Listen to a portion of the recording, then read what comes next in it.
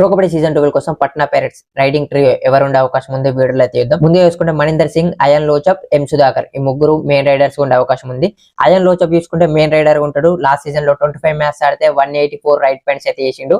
New young player award ని కూడా అతనే గెలుచుకున్నాడు, MVP అవార్డ్ ని. సో చాలా మంచి పర్ఫార్మెన్స్ ఇచ్చిందని చెప్పొచ్చు. చాలా స్కిల్ఫుల్ రైడర్ కూడా. చాలా మంది ఫ్యాన్స్ అయితే వచ్చారు అతని స్కిల్స్ కే. చాలా క్లెవర్ గా రైడ్ చేస్తుంటాడు.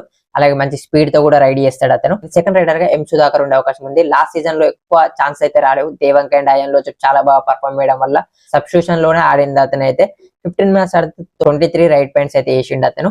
సో ఈ సీజన్ లో ఎక్కువ అవకాశాలు అయితే వచ్చే అవకాశం ఉంది. సో అతను స్కిల్ఫుల్ రైడర్, చాలా మంచి పర్ఫార్మెన్స్ అయితే ఇవ్వగలడు. డుక్ కూడా బాగా చేస్తాడు. సో అతను చాలా బాగా పర్ఫార్మ్ చేస్తాడు అనుకుంటున్నాను ఈ సీజన్. ఇక థర్డ్ రైడర్ గా మణీందర్ సింగ్ ని అయితే తీసుకున్నారు వీళ్ళు, ఎక్స్పీరియన్స్ ప్లేయర్ గా.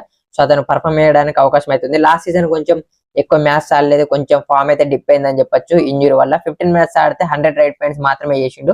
కానీ అంతకుముందు సీజన్స్ బాగానే పర్ఫార్మ్ చేసిండు. సో అతనికి స్ట్రెంత్ ఉంది, కానీ కొంచెం డబల్ థై హోల్డ్ అనేది వీక్నెస్ ఉంది. డబల్ థై హోల్డ్ వేయగానే అతను సరెండర్ అయిపోతాడు. సో అతనైతే ఎక్స్పీరియన్స్ ప్లేయర్ కాబట్టి యంగ్ రైడర్స్ ఇద్దరిని హ్యాండిల్ చేస్తూ వాళ్ళకి టిప్స్ ఇస్తూ అవసరమైనప్పుడు రైడ్ చేస్తే బాగుంటది. సీజన్ 8 లో ప్రశాంత్ కుమార్ రాయ్ పట్నాకి ఎలా పర్ఫార్మ్ చేశాడో అలాంటి రోల్ ఇస్తారనుకుంటున్నా. ప్రశాంత్ కుమార్ రాయ్ కూడా అసిస్టెంట్ కోచ్ ఉన్నాడు కాబట్టి మణీందర్ సింగ్ అలా వాడుకోవచ్చు వీళ్ళు కావాలంటే.